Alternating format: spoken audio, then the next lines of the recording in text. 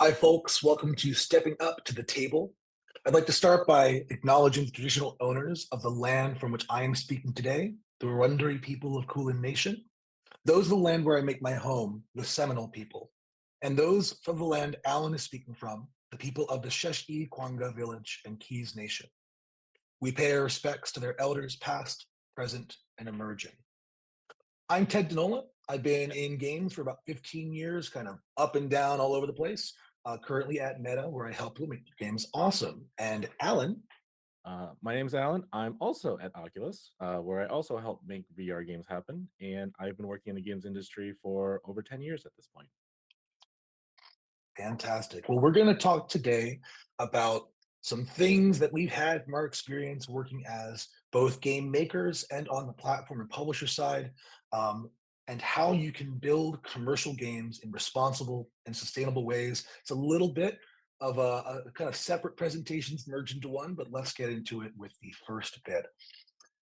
Going to talk about a parable about Starbucks, and in the in the spirit, this is a global event. I know Starbucks may not be your coffee place of choice. You may have never been to a Starbucks, but it is important to this story.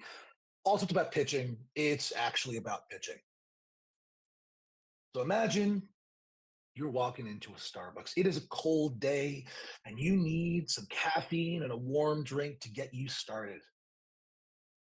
But the economy is a little bit tight these days. It's really hard to justify spending a lot on these coffees. Millennials are spending less and less, as they've told us in articles for years. But this Starbucks, see, they have the solution. They know how they can make it easy and accessible and palatable to everyone. This Starbucks is only selling shorts. And you're probably not happy with this. You need a little bit more than this tiny offering, this itty bitty thing. Um, and it's not what you want. Not maybe even leave entirely to find a place that's going to give you a bigger cup. Of course, this is not how Starbucks ever works. Are standardized, and they have a very great strategy for making sure you get exactly what you need or want. When you go into a Starbucks, there's that tall cup. Tall cup is a pretty decent offering. It's just the right amount of coffee. It gets you where you need to go. But then, as you're standing in line thinking about what you want, right next to it is that grande. And ooh, the price isn't that much different, but it's a little bit more. And that value really, really, really is good. Maybe you want to upgrade from that tall, but what is this? The venti. Well, that's a whole lot of coffee. And listen, if you compare the venti and the tall, you can quickly see like the price difference. It's a lot. But next to that grande, it looks pretty darn good. Maybe you maybe you want a little more out of your day. Maybe you deserve that venti. And of course, we could go larger, but that is way too much coffee. No one wants a Trenta that will ruin your day. No one has the capacity for it. I'm not talking about Starbucks. I'm talking about your pitching. Talking about your pitching. So let's think a little bit about an instinct that folks have in tight economies or when they're building something a little bit off the mainline path. That instinct is that it's hard to get publisher and platform attention. My game is too weird, too risky, too whatever. How am I going to make this happen? I know, just make it small. I'll make the tiniest little thing, squeeze it in a box, make it inoffensive, make it palatable, so I can just kind of like slide it into the door, sneak it in. Like, hey, if I make this thing, just like, hey, it's no sweat at all. Surely that will just get me in the door, get me whatever resources or fund I need to make my game. Let's talk about scoping down. Scoping down is a really important thing to do. I always say you should always be scoping down as you're working on your game. Times you should scope down, after prototyping, you figured out the fun, you figured out what works and what doesn't, you've thrown a lot of things at the wall, and you start cutting away, finding the real sculpture within that marble. During production, continuing as you go, you're looking at timelines, you're trying to optimize, you're trying to make sure that everything fits together and supports things. Cut that stuff away as you find features that don't fit. Chop them off, get rid of them. You don't need them, they don't make your game stronger. Scope down, scope down, scope down. But when should you not be scoping down? When you're pitching at the start. That is when you should have the largest version of game in mind. in mind. Because what is the ideal version of your game? And who knows this vision that if you get everything to align perfectly, the money, the team, the time, who knows that? You. You know that. Only you know that. And unless you express that, all of these people, publishers, platforms, investors, your audience, me, literally everyone, they'll never know it. You come in with that short version of your game, that's all they're going to think exists. And so, what is your MVP? Or wait, no, I hate that term. What is your M heart P? Because you don't want to pitch the smallest thing you can build. Because Lord knows we can build small. We can build really, really tiny. Pitch the smallest version of the thing you'd be proud to release. And then I want to take a moment. Here's the minimum viable pizza. If you've never heard of the minimum viable pizza, I think it is a great analogy for this. The question for this pizza is, can we sell pizza for a profit? You spend the smallest amount of time on it, the smallest amount of money. And what we're going to learn is there's no demand for this pizza. No demand at all. So don't ever focus on your MVP. Make sure that you set your bottom line for the thing that you would be happy building, even if it's not the ideal full version. So here's that instinct again, the instinct that I say kills games. What happens when you pitch small? Well, first off, publishers, they aren't interested. Not only not interested, a lot of them don't even have programs to support very small, hyper small games because they are a business. They have to have their recoups in mind. That means they have to have their reach in mind. It has to fit their market. And then also, you aren't interested. This is not the thing you want to make, and it's going to show. Everyone will tell you will not have enough false enthusiasm to pitch this stripped down thing, this horrible version of your true vision. And what are the outcomes then of that? Well, the worst is nobody bites, and you don't have the resources you need. I lied. That is not the worst. The worst is you are stuck working on something you don't actually want to make for months or years, and that will kill your passion and drive as fast as possible. And also, God, if that deal is really, really small, it's still going to be really hard work, and it's going to be really hard work for very little compensation, pay, and outcome. So don't do it. And on that note, I'm going to pass things off. Oh, sorry, I'm not done yet. So when you come on into your pitching, have that tone, have that baked down version.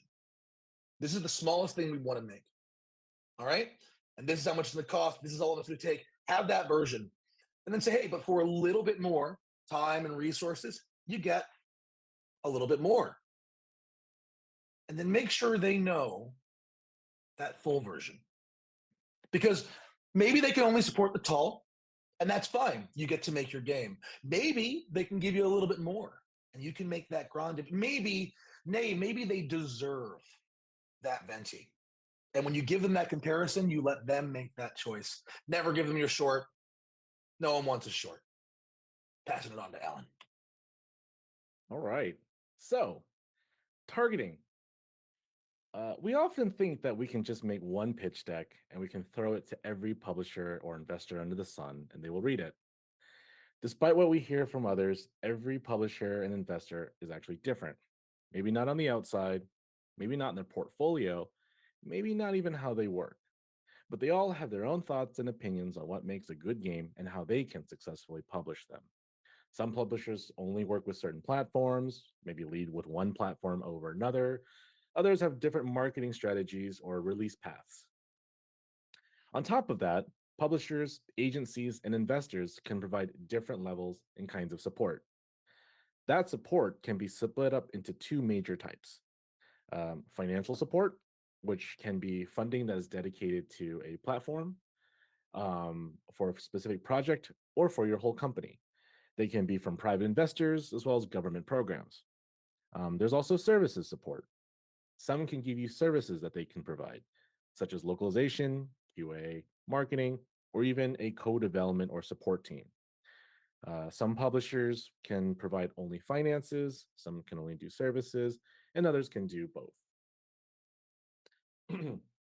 So, as a result, when you look for publishers or investors, just throwing out the same pitch to all of them may actually hurt you.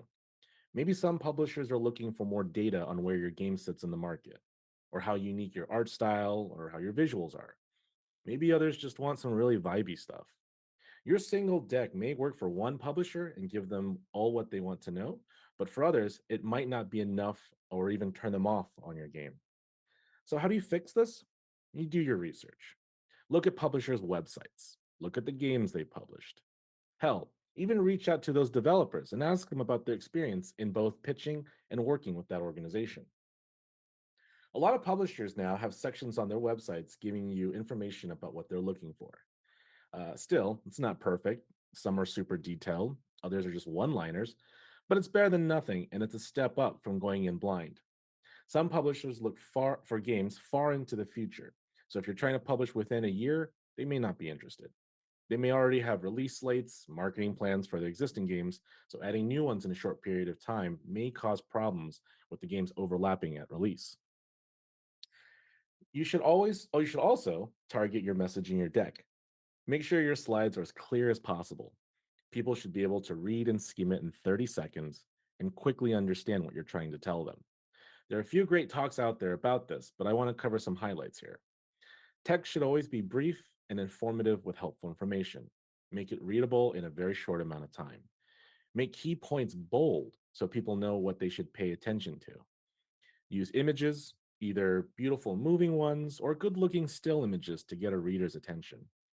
The slide here is from a friend's pitch deck, and it does a good job of being both visually interesting and also informative.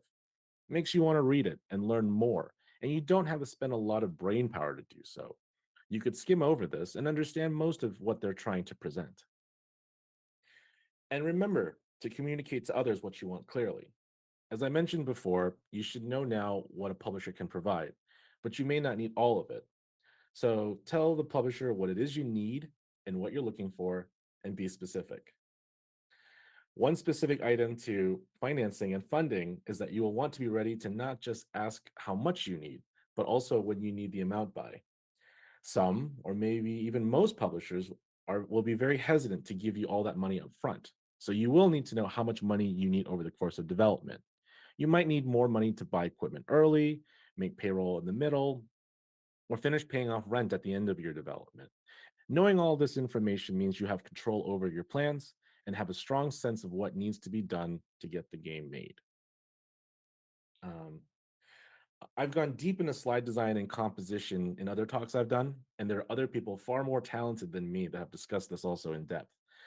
But one way to make targeting your decks to specific publishers easier is creating a deck with everything you want to talk about, and then pulling from it specific items for different publishers based what they're looking for. If you're pitching, say, to 40 different publishers, and you spend an hour working on each deck, that's a full 40 hours of work just making pitch decks alone. On top of that, there's time spent doing outreach, cold emails, asking friends for introductions, the back and forth emails, and other random pitch and business development stuff. Your time is valuable, and you should make sure you invest it as efficiently as possible. Excuse me. One quick note about targeting that I couldn't figure out where to put into this talk is the concept of planning for porting. If you're making a game, there's something to be said about avoiding targeting the highest or most powerful hardware specs on release. This gives you wiggle room for future porting, where you don't have to worry about paring down a game to reach performance on weaker hardware, but rather you get to think about enhancing a game because now you have more performance overhead. Ted and I can tell you all sorts of stories about developers starting at a higher spec and then having to learn and deal with the wonderful world of optimization, memory and garbage collection, and really complicated math to get games working on a weaker system. Save yourself the trouble if you can. Now, Ted's going to talk a little bit about roulette. Hi, Ted here. I love stories. So let me talk to you a little bit about roulette. It's one of my favorite games to play. And the way that I play it dovetails nicely with something we're talking about here. So let's get into it. I'm going to assume that some of you are familiar with roulette. Maybe you've even played roulette. Maybe you're even horribly addicted to roulette. No judgment. But for the sake of this, we're going to start with the basics. So, oh, sorry, the slide went advance. There it goes. So roulette is built around a couple of different components. One thing is the roulette wheel. This is a spinning disc. around which there are the numbers 1 through 36, as well as one or two zeros. The American version has the two zeros. Of course, it is crueler than the European version, but those numbers are colored in red and black. At the start of a play, the handsome croupier rolls a small ball around the outside track, and inevitably, inexorably, it gets sucked down into the track, whereupon it lands on a number. In addition to the wheel, we have the board. The board likewise has those same numbers 1 through 36, as well as one or two zeros, laid out and enticing you to put your money on them. There are also some tiles on the outside that allow you to represent groups of numbers and make bets that cover larger swaths of the board in easier ways. And so you can place your money on this in different ways. The most common is the straight up bet, just putting a chip on a number, hoping that'll hit. That has once again a 1 in 37 or 38 chance of hitting, but it does pay out 35 to 1. So if you have a chip on that spot and it hits, that's fantastic, but the odds are not in your favor. You can help mitigate those odds by doing things like splitting your bet between two neighboring tiles or on the corner. There's even things where you can run entire rows or blocks, or there's this weird little thing called the basket, because I guess the two with the two zeros kind of looks like a basket from an angle. Whatever. These all have increased odds of hitting, and therefore they also have lower payouts, but they help you kind of mitigate that risk.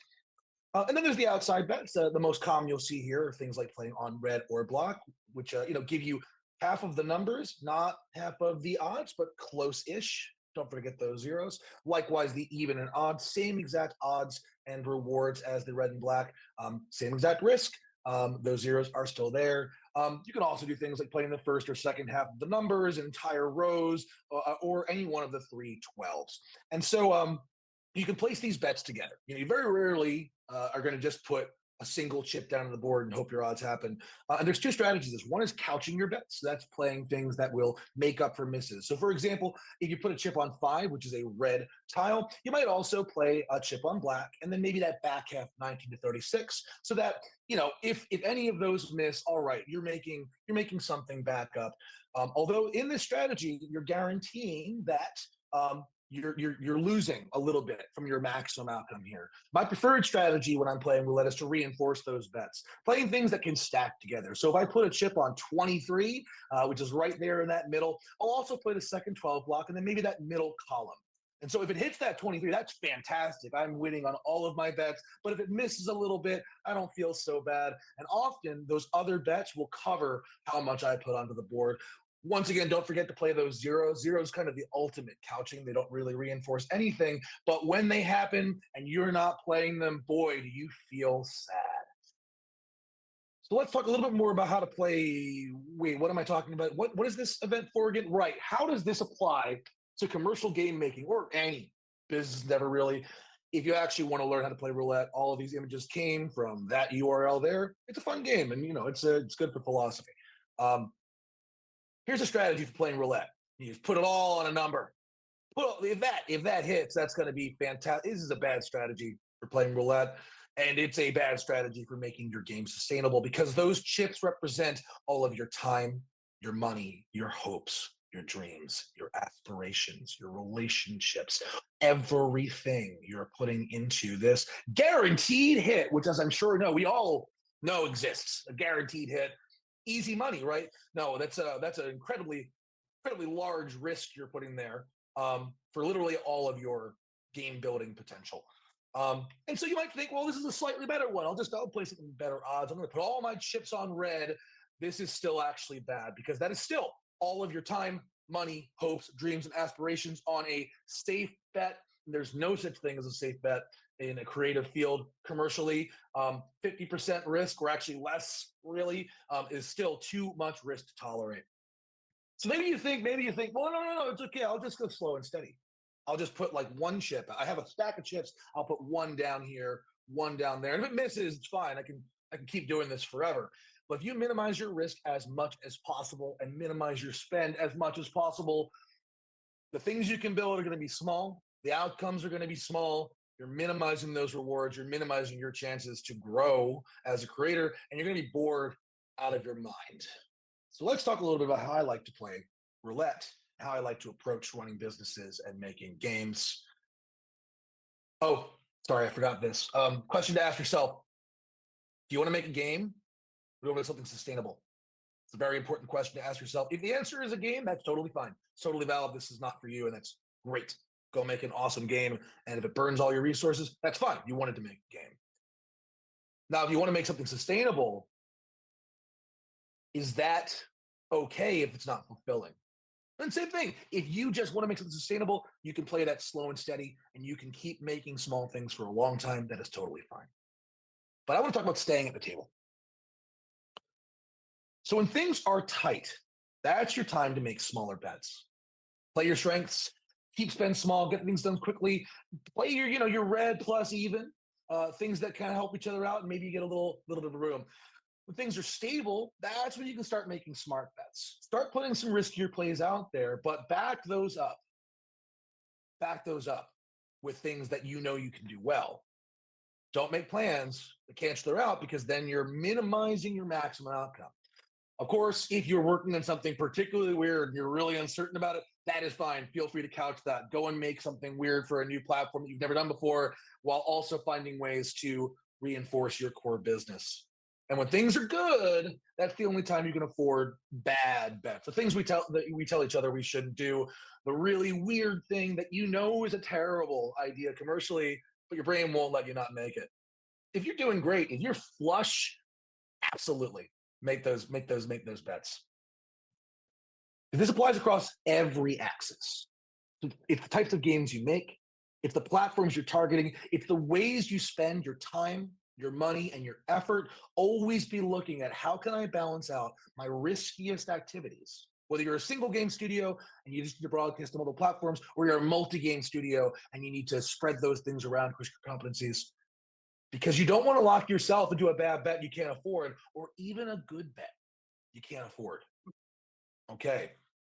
If you do this in roulette, your wins might not be as big, but your losses won't wipe you out. And if you do this with your commercial games work, your wins might not be as big, but your losses won't wipe you out. You will stay at the table longer. And sometimes, if you're lucky, your overlapping bets will hit all at once and you can stay at the table a whole lot longer. But don't bet on that. And don't forget to play your zeros. There are things we can't expect or control, like the market collapsing, a hurricane happening, or a game that looks, great on paper, just not finding its audience.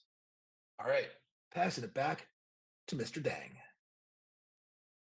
So for those of you who've never heard of it, Ted do a presentation before, he tends to run a little bit long. So, on the topic of buffer, I'm going to try and go through this as quickly as possible. But fortunately, I made some buffer for this.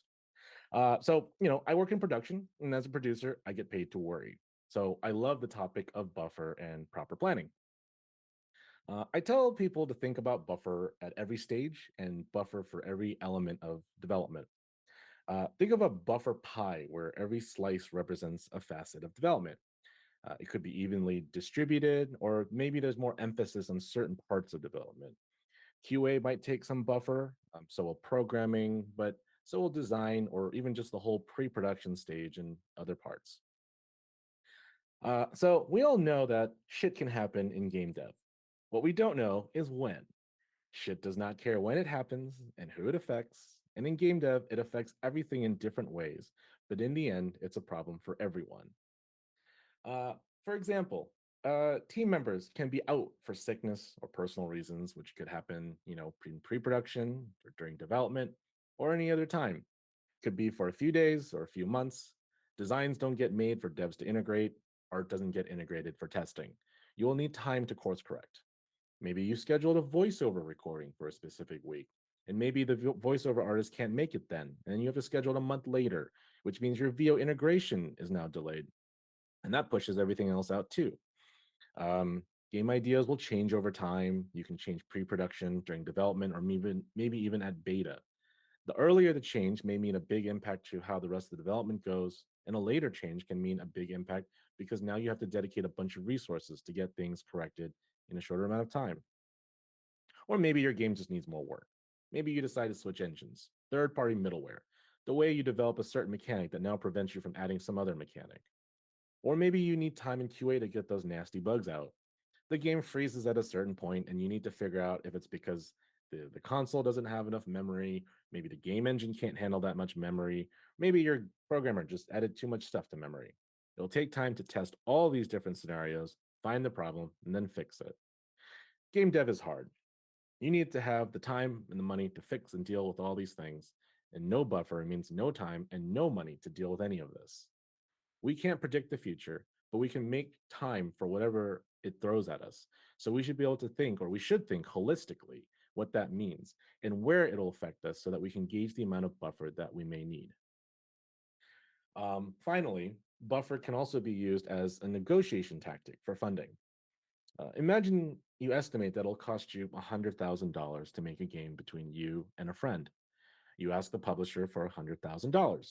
Publisher says they're only willing to fund 90,000. You no longer have buffer and are potentially unable to complete the game with this budget, and you will need to push upwards for more funding. Now, in a different scenario, you ask the publisher for $150,000. The publisher says they're only willing to fund 120,000. Now you still have a buffer of 20% to cover the emergencies, and you can still also negotiate for more or less or for other things.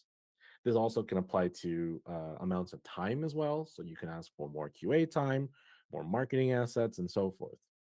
And note that most publishers will understand that you need buffer. But like I said, you can never have enough. And if you finished all of the things early, you can always start patching and polishing.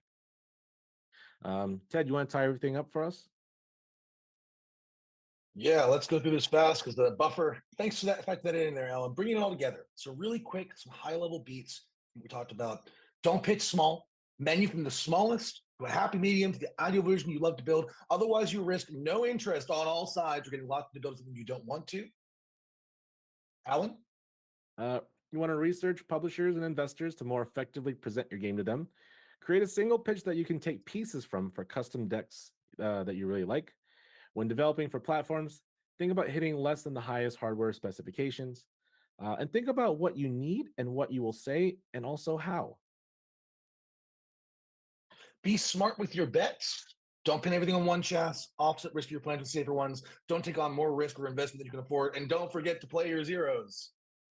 Plan and request more funding or support than you need. Assume that you will need extra resources or time at every stage of game development, and negotiate for more than the cost of the game for buffer. And we have exhausted our buffer. Please screenshot this slide. Feel to reach out to me anytime. I do 30 minutes at all hours. Just say hi at esden.net or ted at esden.net. And Alan has a wonderful resource sheet. You want to talk about that a little bit? Yeah, I have a resource sheet that shows a list of over 300 different investors and publishers, also links and contact information for co development studios, QA, localization. And you can also find me on Twitter or X, where I occasionally bug Rami and Ted with random questions and things. And you can find me if you go to esden.net. I have a very cheeky every dang social platform because whatever, it's all falling apart. Thank you so much for having us. Thanks, everyone.